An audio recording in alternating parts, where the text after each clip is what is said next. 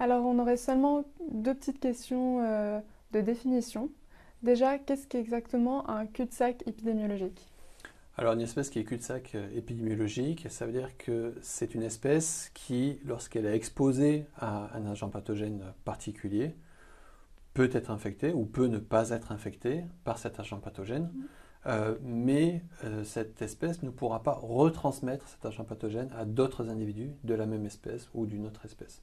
Autrement dit, lorsque le pathogène essaye d'infecter cet individu, la chaîne de transmission s'arrêtera là et il n'y aura pas d'infection secondaire ensuite. Très bien. Et ensuite, est-ce que vous pourriez nous réexpliquer vraiment la nuance entre une maladie vectorielle, non vectorielle et les zoonoses? Alors, il y a des zoonoses qui sont des maladies vectorielles, il y Mhm. a des zoonoses qui sont des maladies non vectorielles, et il y a des maladies vectorielles qui peuvent être des zoonoses ou pas.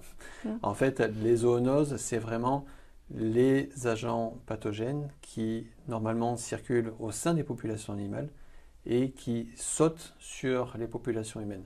Ça peut être par contact direct Mhm. ou par contact indirect avec, par exemple, un individu vecteur, que ce soit un moustique, une tique, etc. Les maladies vectorielles, là, on n'est pas sur un type d'agent pathogène, mais on est vraiment sur un mode de transmission. Donc les maladies vectorielles, il peut y avoir des zoonoses qui sont des maladies vectorielles. C'est le cas, par exemple, de la fièvre du Nil occidental, de la maladie de Lyme. Donc qui sont des agents pathogènes qui passent de l'animal à l'homme au travers d'un vecteur. Mais il y a aussi des maladies vectorielles qui ne sont pas du tout des zoonoses, typiquement le paludisme ou la dengue, qui sont des maladies qui sont devenues en fait strictement humaines et qui ne circulent qu'au sein des populations au travers de piqûres de moustiques en Mhm. l'occurrence. D'accord. Et est-ce que vous pourriez nous expliquer comment est-ce qu'on peut donc implémenter ces différentes stratégies de prévention?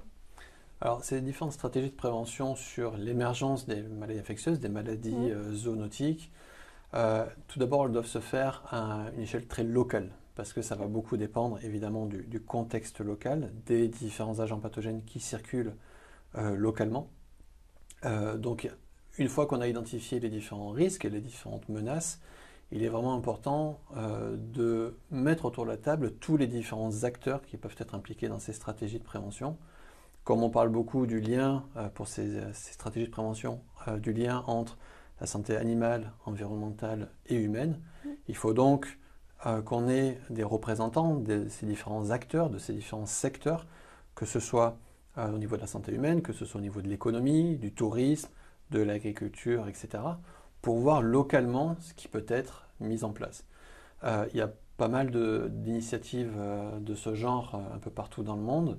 J'en dirige personnellement une au Mexique, dans la péninsule du Yucatan, où on essaye justement d'identifier comment combiner ces stratégies de protection de la biodiversité pour empêcher l'émergence de zoonoses, tout en la combinant avec une surveillance à cette interface animal-homme qui peut permettre justement de répondre le plus rapidement possible à ces émergences. Ensuite, ce qu'on est en train de développer par exemple au Mexique ne va pas être directement applicable en Afrique centrale Mhm. ou en Asie du Sud-Est.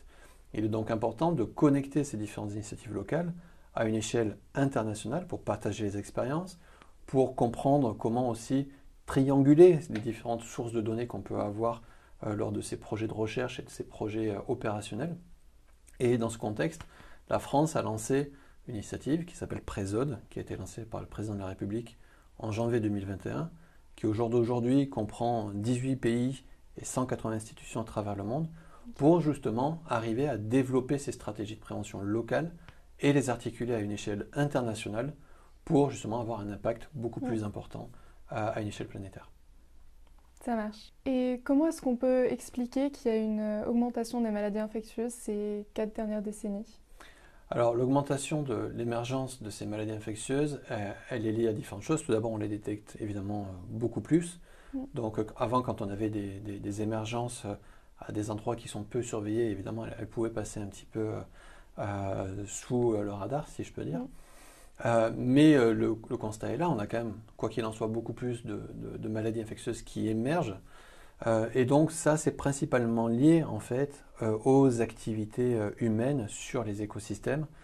donc que ce soit par la perte de biodiversité, comme on l'a vu dans la courte vidéo, qui va augmenter le niveau de transmission au sein des écosystèmes, et donc augmenter la probabilité d'un saut d'espèces.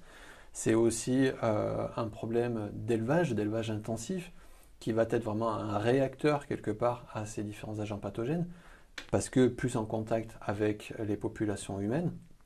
Et puis bien sûr, il y a la connectivité mondiale qui a aussi augmenté de façon spectaculaire, ce qui fait qu'aujourd'hui, la moindre émergence quelque part dans le monde peut se retrouver être un problème de santé planétaire extrêmement rapidement.